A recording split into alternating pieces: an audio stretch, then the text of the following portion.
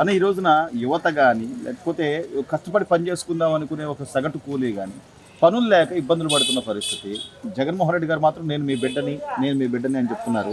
అసలు ఈ 4.5 ఏళ్ల కాలంలో ఈ ఎస్సీ సోదరులకు కానీ, లేకపోతే అణగారిన వర్గాల ప్రజలకు కానీ ఏం మేలు జరిగిందంటారు? మీ అభిప్రాయం ఏంటి?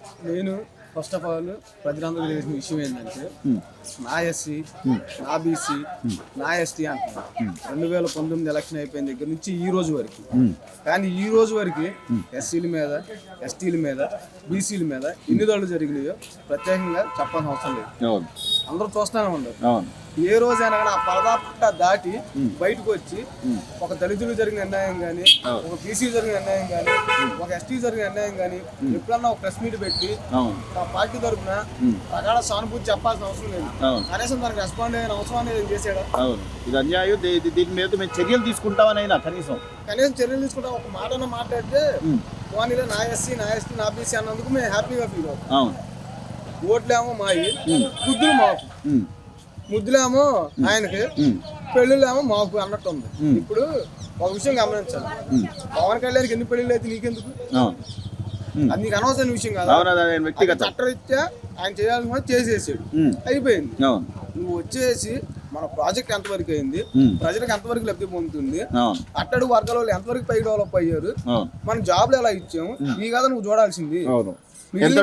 మనం ఎంత డెవలప్ చేసాం, ఏ ప్రాజెక్టులు కట్టాం కదా, ఏ పరిశ్రమలు తీసుకొచ్చాం, ఇవి మనం చూసుకోవాల్సింది. ఫస్ట్ ఆఫ్ ఆల్ మనం గమనించాల్సింది ఏంటంటే ప్రజలకు ఇచ్చే నవరత్నాలు మా జాబ్ నుంచి దొబ్బి మనం సంపద సృష్టించేయండి, బాగుంటది అంతవరకు చూస్తాను కదా.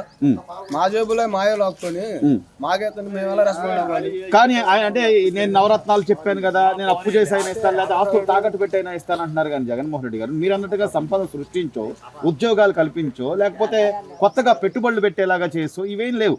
అయినా కూడా ఫ్లెక్సీల్లో మాత్రం ఆకర్షణీయమైన పెట్టుబడుల్లో ఆంధ్రప్రదేశ్ నెంబర్ 1 అని చెప్పి చెప్తున్నారు. నిజంగా వచ్చినాయి అంటారా? పేర్లు చెప్పమని మరి తప్పమని 10 పేర్లు చెప్పండి, వాళ్ళని అడుగుదాము. అవును, మేము తెచ్చిన కంపెనీలు ఇదిగోండి 10 పేర్లు, ఇక పలానా చోట ఓపెనింగ్ అయింది, 20 మంది, 5 జాబ్ చేస్తున్నారు అని గౌకున్న 10 కంపెనీలు చెప్పి 15 మంది చెప్పమని 25 మంది పేర్లు లేదు, ఆన్సర్ లేదు.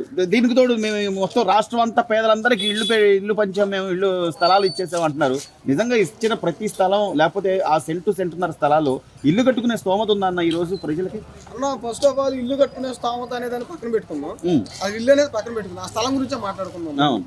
ఆ స్థలం ఇచ్చేది నువ్వు శ్మశానాల పక్కన మోకాలు నీళ్లు ఇస్తే ఎలా? ఇప్పుడు టిట్కో ఇల్లు ఉన్నాయి చంద్రబాబు కట్టిని, మెయిన్ రోడ్ పక్కన ఎంత అఫీషియల్ గా కట్టించాడు, అన్ని సౌకర్యాలు కలిపి ఇచ్చాడు. దాన్ని నువ్వు రంగులు వేసుకుని నేనే కట్టే నేనే పోతున్నాను, నువ్వు క్రియేటివిటీ చేస్తున్నావు. జనాలు పిచ్చోళ్ళు కాదు, అమాయకులు కాదు, చెక్కలోళ్ళు కాదు, ఎందుకంటే అది కట్టింది చూసారు. నువ్వు రంగులు వేసుకున్నావు, తర్వాత నువ్వు ఏదో ప్రాఫిట్ చూసుకుని ఎత్తున్నావు.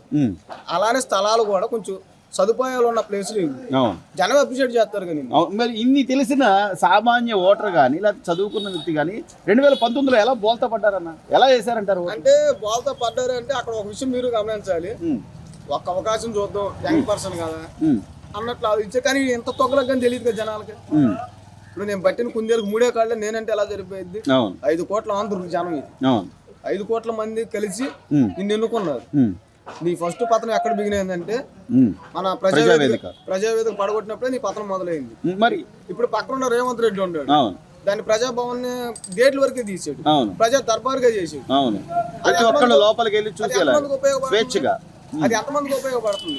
అంటే మనం ఏదైనా పని చేసామనుకోండి, చుట్టుపక్కల ఉన్న మన నాయకులు కానీ, ఎమ్మెల్యేలు కానీ, ఎంపీలు కానీ మనం ప్రౌడ్గా ఫీల్ అయ్యే విధంగా చూడాలి. దీనికి తోడు ఆయన ఇచ్చిన హామీలు కానీ, ఇంకేముంది, నేను సంపూర్ణ మద్యపాన నిషేధం చేస్తాను కానీ, లేదా నేను ఇక్కడ ఇల్లు కట్టుకున్నాను, ఈ అమరావతిని డెవలప్ చేస్తానని చెప్పింది కానీ, లేదా కొత్తగా పరిశ్రమలు తీసుకొస్తాను, లేకపోతే కేంద్రం మెడలు వంచి ప్రత్యేక హోదా తీసుకొస్తాను, ఇన్ని హామీలు ఆ రోజు 2019 ఎన్నికల సమయంలో ఇచ్చిన హామీలు అన్ని జనాలు నమ్మారు.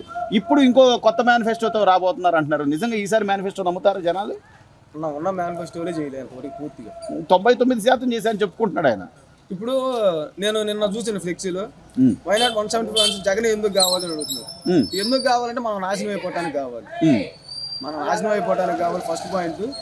రెండో పాయింట్, మళ్ళీ మనం జగన్నే గెలిపించుకున్నాం అనుకోండి, ఒకవేళ జనం థాట్, అది నా థాట్ కాదు, మన అరవత్నాలు అవుతున్నాయో లేకపోతే ఇంకేదో డబ్బులు అవుతున్నాయో అని జనమే మళ్ళీ గెలిపించుకున్నారు అనుకోండి, రాష్ట్రం విడిచిపెట్టి తెలంగాణ, బెంగళూరు ఎట్టగట్టు పోయి వలసలు పోవాలి. ఎందుకంటే సరైన ఉద్యోగం లేదు, సరైన పని లేదు. ఉమ్. ఇప్పుడు ట్రక్ ఇసుక 100 రూపాయలు అమ్మినప్పుడు నువ్వు 1000 కోట్లు దొబ్బేవని చంద్రబాబు అన్నావు. 4500 రూపాయలు నువ్వెన్ని కోట్లు వెనకేసావు? చీప్ 60 రూపాయలు అన్నప్పుడే నువ్వు 1000 కోట్లు వెనకేసావు అన్నావు. 200 రూపాయలు నువ్వెన్ని కోట్లు వెనకేసావు? 2 రూపాయలు రివర్స్ సెంటరింగ్ కరెంట్ కొంటేనే 1000 కోట్లు నువ్వు ఇప్పుడు 4.5 పైసలు పెట్టి కరెంట్ బిల్లు కొంటున్నావు. మరి నేనేమనుకోవాలి? తను 63,000 రూపాయలు ఉన్నప్పుడే వామ్మో అన్నావు, ఇప్పుడు 75,000 మేమేమనుకోవాలి? అంటే ఇవన్నీ జనం చూడాలి ముందు. అప్పుడు బాధుడే బాధుడు అన్నాడు, ఇప్పుడు బాధ చూపిస్తున్నాడు. బాధ చూపిస్తున్నాడు కాదు కదా, అసలు మెడలో ఉంచుతాను కేంద్రాన్ని కాదు ఆంధ్రాన్ని ఉంచుతున్నాడు. మెడలో ఆంధ్రప్రదేశ్ ప్రజల్లో ఉంచుతున్నాడు. ప్రజలను ఇరగదీసేస్తున్నాడు, వంచడం కూడా కాదు, ఇరగదీసేసి అలా కూర్చోబెట్టాడు. ఇప్పటికైనా గానీ ఒక తల్లిదండ్రులు లేని ఒక అనాథలాగా మనం ఉన్నాం రాజధాని లాగా. దాన్ని చంద్రబాబు వచ్చేసి నేను చంద్రబాబు అమ్మాయినే కాదు విజన్ చూపించాను, నెక్స్ట్ ఓటేని అన్నాడు. కానీ మనలాంటి వాళ్ళం కొంతమంది కులాలని ప్రాంతాలని ఒక మహానాయకుని కోల్పోయి సో ఈ రోజు గెలిపించుకోవాలి. పాదయాత్ర గతంలో జగన్మోహన్ రెడ్డి గారి పాదయాత్రకు కానివ్వండి, ఈ రోజున లోకేష్ చేస్తున్న పాదయాత్రకు కానివ్వండి, వ్యత్యాసం ఏమైనా ఉందంటారా? అంటే ఆ రోజున ఆయన చాలా సాఫీగా వెళ్ళిపోయింది, అన్ని వేల కిలోమీటర్ల పాదయాత్ర చేశాడు, ఎక్కడ ఇబ్బందులు లేవు. లోకేష్ పాదయాత్ర మొదలుపెట్టిన దగ్గర నుంచి కూడా మైక్ లాగారు, స్టూల్ లాగారు, ఎన్నో ఇబ్బందులు పెట్టారు, కేసులు అన్నారు, గొడవలు జరిగినాయి. వీటన్నిటిని ఎలా చూడాలి సార్? ఇప్పుడు జగన్మోహన్ రెడ్డి పాదయాత్ర చేసినప్పుడు సాఫీగా జరిగిందంటే అప్పటి చంద్రబాబు ప్రజానాయకుడిగా తనకు ఇవ్వాల్సిన స్వేచ్ఛగా ఆయనకి ఇచ్చేసి, ఎందుకంటే ఇది ప్రజాస్వామ్యం. మైకులు లాక్కోవటం, కుర్చీలు లాక్కోవటం ఆయనకి తెలియదు. ఆయన ఏంది అయ్యా ఓదార్పు యాత్ర చేసుకుంటాడో పాదయాత్ర చేసుకుంటాడో ఆయన వ్యక్తిగత విషయం చేసుకుని ఇండియా అన్నాడు.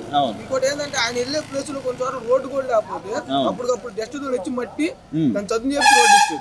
ఆ గొప్ప ఎవరిది? చంద్రబాబు. కానీ ఇతగాడు వచ్చి ఏం చేస్తాడు తెలుసా? ఇతగాడు ముందు ఇతగాడి గురించి చెప్పు. ఇతగాడు వెళ్ళాలంటే చుట్టూ షాపులు మూసేయాలి, బ్యారికేట్లు వేసుకుని పోవాలి. నీకెందుకు అంత భయం? నువ్వు రాష్ట్ర సీఎం కదా, నువ్వు ఎంత హోందాగా వెళ్ళాలి. అదో పాయింట్. ఇప్పుడు లోకేష్ ని పప్పు అన్నాడు. సరే పప్పే, ఈ మాటకే పప్పే అన్నాడు. 2014 నుంచి 19 వరకు పప్పు ఎంత పని చేసింది? మరి నువ్వేంది? నువ్వు సొంత పప్పు అర్థమ్మా? నువ్వు సొంత పప్పు. ఇప్పుడు ఏ అన్యాయం చేయనోడు 55 రోజులు జైల్లో ఉంచి ఏ కేసులు పెట్టావు, ఒక కేసు అన్నా ప్రూవ్ చేయగలిగావా? నీ ఆల్రెడీ కేసు ఉంది, 16 నెలలు జైల్లో ఉండొచ్చు. కేంద్రం దగ్గరికి వెళ్ళి అయ్యా నీ కాళ్ళు పట్టుకుంటాను. మా ముందు ఈ మాటలు ఎందుకు? ప్రజలకైతే తెలుసు, వాస్తవాలు తెలుసు, అసలు ఎవరు మనకి మేలు చేశాడు, ఎవరు మనల్ని మోసం చేశారనేది తెలుసు. సింపుల్ అన్న. 2019 కూడా చంద్రబాబు చెత్త పరిపాలన చేయాలి ఫస్ట్ పాయింట్. నాకు అనిపించిన నా ఒపీనియన్ చెబుతుంది, అదేదో జరుగుతుంది సమ్ మిస్టేక్. కానీ ఈ సమయం వచ్చేటప్పటికి ప్రజలకు చాలా మార్పు వచ్చింది. ఇప్పుడు నా ఫ్రెండ్ లోనే ఇప్పుడు కొంతమంది నా సైకిల్ ఉన్నారు, మా ఫ్రెండ్స్ లోనే వైసీపీ వాళ్ళు ఉన్నారు, ఒక 2-3 ఉన్నారు. ఎందుకేసారో బాబు తొక్కలగడికి ఓటని చెప్పి తీసుకుని కొట్టుకుంటున్నాం. మేము నవ్వుకుంటాం, అది వాళ్ళు పక్క వైసీపీ గొంతు కోసుకుంటారు. మేము చెప్పమని చెప్పాము. ప్రజలైతే మార్పు వ్యతిరేకత వచ్చేసింది. వ్యతిరేకత కాదేందన్న 175 కాదు, ఆ పైన ఉంటాయి చూసారా 23. ఈసారి చంద్రబాబుకి 23 సీట్లు వచ్చినాయి. నాకు తెలిసి ఆయనకు 14-12 వస్తుంది. ఇది ఫైనల్.